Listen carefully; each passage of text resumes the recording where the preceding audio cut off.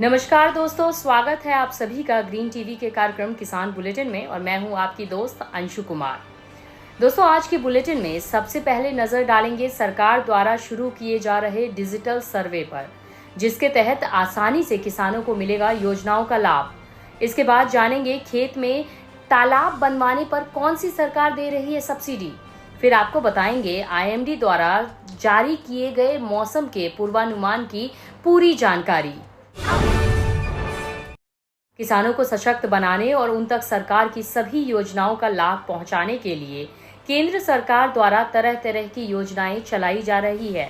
साथ ही नई तकनीकों का भी प्रयोग किया जा रहा है। इस कड़ी में देश के चुनिंदा राज्यों में डिजिटल क्रॉप सर्वे की शुरुआत की गई है। इन राज्यों में उत्तर प्रदेश को भी शामिल किया गया है, जिसको देखते हुए राज्य के एग्री स्टेक के कार्य को संपादित कराने के लिए हाल ही में जनपद एवं तहसील स्तर के चयनित मास्टर ट्रेनर के परीक्षण कार्यक्रम का आयोजन किया गया। परीक्षण कार्यक्रम में राज्य के कृषि मंत्री सूर्य प्रताप बतौर मुख्यमंत्री और कृषि राज्य मंत्री बलदेव सिंह ओलख विशिष्ट अतिथि के रूप में उपस्थित रहे। उन्होंने इस योजना से किसानों को होने वाले विभिन्न लाभों के बारे में जानकारी साझा की। कृषि मंत्री ने कहा कि डिजिटल क्रॉप सर्वे में मास्टर ट्रेनर्स की भूमिका बहुत महत्वपूर्ण है। डिजिटल क्रॉप सर्वे के माध्यम से फसलों के जो आंकड़े प्राप्त होंगे, उससे प्रदेश के किसानों के लिए योजना बनाने में बहुत सुविधा प्राप्त होगी। इन आंकड़ों के आधार पर किसानों के लिए आवश्यक और उपयोगी योजनाओं को तैयार किया जा सकेगा, जो कृषकों के लिए लाभकारी होगा। इसके अतिरिक्त डिजिटल क्रॉप सर्वे के माध्यम से प्राप्त होने वाले आंकड़ों से जहां एक और किसानों को लाभ प्राप्त होगा, वहीं सरकार और उपभोक्ता सभी इससे लाभान्वित होंगे। डिजिटल क्रॉप सर्वे का कार्य पायलट बेस पर किया जा रहा है, उसमें उत्तर प्रदेश को भी चुना गया है। अपर मुख्य सचिव कृषि डॉक्टर देवेश चतुर्वेदी ने बताया कि एग्रो स्टेक का उद्देश्य किसानों के लिए सस्ता ऋण, उच्च गुणवत्ता वाले कृषि इनपुट, स्थानीयकृत और विशिष्ट लक्षित सलाह और बाजारों तक सुविधाजनक पहुंच प्राप्त करना आसान बनाना है। जल्द ही महाराष्ट्र में किसानों को फसलों की सिंचाई को लेकर होने वाली परेशानियों से निजात मिलने वाला है। दरअसल देश के कई राज्यों में इस समय खेत तालाब योजना चलाई जा रही है।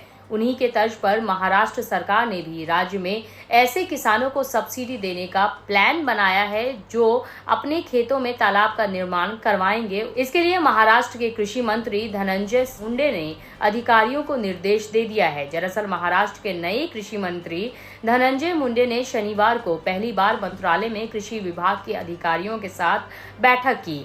बैठक के बाद मुंडे ने कहा कि महाराष्ट्र में अब जो भी किसान खेत में होल्डिंग्स तालाब का निर्माण करवाना चाहते हैं या ड्रिप इरिगेशन लगाना चाहते हैं, उन सभी किसानों को सरकार की तरफ से योजना का लाभ दिया जाएगा। दरअसल पहले महाराष्ट्र में लॉटरी सिस्टम के जरिए किसानों के खेत में तालाब का निर्माण करवाया जाता था, लेकिन अब मंत्री के निर्देश के बाद वे बिना लॉटरी सिस्टम के भी योजना का फायदा उठा पाएंगे।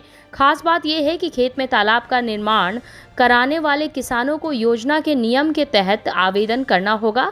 बता दें कि अभी तक प्रदेश में तालाब और ड्रिप इरिगेशन के लिए 3 लाख किसानों ने आवेदन किया है। उन सभी 3 लाख किसानों को जल्द ही सरकार की तरफ से सब्सिडी का लाभ दिया जाएगा।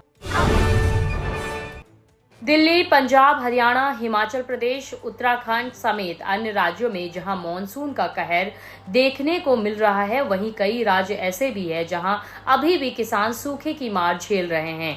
ऐसे में आईएमडी ने सूखे की मार झेल रहे लोगों को राहत भरी खबर दी है। आईएमडी के मुताबिक सूखे की मार झेल रहे इलाकों में भी जल्द बारिश होने की संभावनाएं हैं।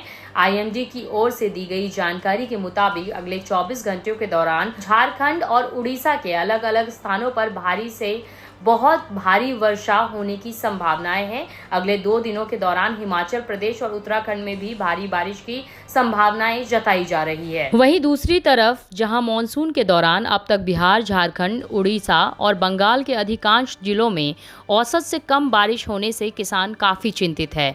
ऐसे इलाकों में भी मौसम विभाग ने आने वाले दिनों में अच्छी बारिश की उम्मीद के साथ कुछ स्थानों पर भारी बारिश और गरज के साथ बौछारें पड़ने की चेतावनी भी जारी की है। अगले 4-5 दिनों में बिहार, झारखंड, बंगाल और उड़ीसा के ऊपर लो प्रेशर बन सकता है, यानी दबाव जहां पर कम हो जाएगा। जैसे ही दबाव कम होगा, मौसम में बदलाव की संभावना बढ़ जाएगी। मौसम विभाग का अनुमान है कि जुलाई के दूसरे पखवाड़े में पूर्वी भारत में, बिहार और पश्चिम बंगाल, झारखंड में बारिश की संभावना और बढ़ जाएगी। मौसम विभाग का अनुमान है कि जुलाई के दूसरे पखवाड़े में पूर्वी भारत में, बिहार, पश्चिम बंगाल और झारखंड में बारिश की संभावनाएं और बढ़ जाएगी।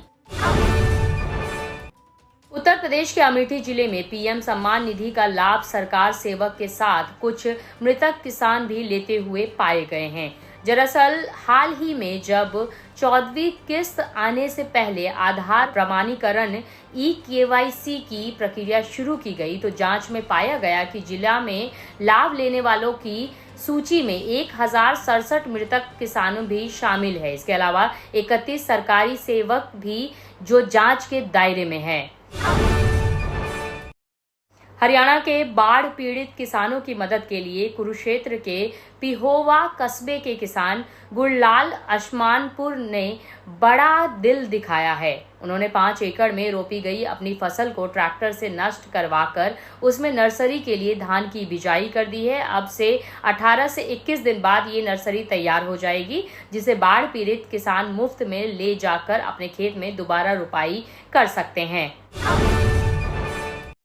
झारखंड में सूखे का संकट एक बार फिर से दिखाई दे रहा है। कुछ जिलों की स्थिति बेहद खराब है, जहां पर सामान्य से भी कम बारिश हुई है, जिसके कारण खेती का कार्य प्रभावित हुआ है। बता दें कि इस बार राज्य के लगभग 9 जिले ऐसे हैं जहां मानसून में भी अब तक अच्छी बारिश नहीं हुई है।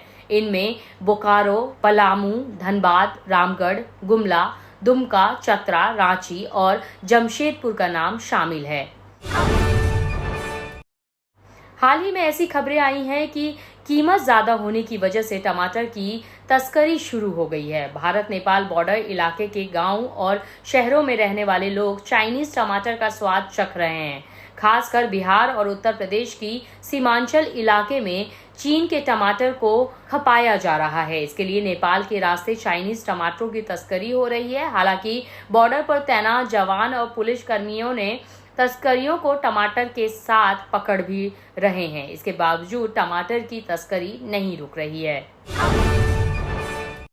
प्याज की कीमतों को बढ़ने से रोकने के लिए सरकार ने अभी से तैयारी करनी शुरू कर दिया है। हाल ही में उपभोक्ता मामलों के सचिव रोहित कुमार सिंह ने रविवार को कहा है कि सरकार ने 3 लाख टन प्याज खरीदा है, जो पिछले साल के बफर स्टॉक से 20% अधिक है। और प्याज की सेल्फ लाइफ बढ़ाने के लिए भाभा परमाणु अनुसंधान केंद्र के साथ प्याज पर रेडिएशन की टेस्टिंग भी की जा रही है। तो फिलहाल के लिए आज के किसान बुलेटिन में बस इतना ही। मुझे दीजिए इजाजत। आप बने रहिए हमारे साथ और देखते रहिए ग्रीन टीवी। नमस्ते। देखिए ग्रीन टीवी यूट्यूब पर भी, बस सब्सक्राइब करें और बेल आइकन दबाएं।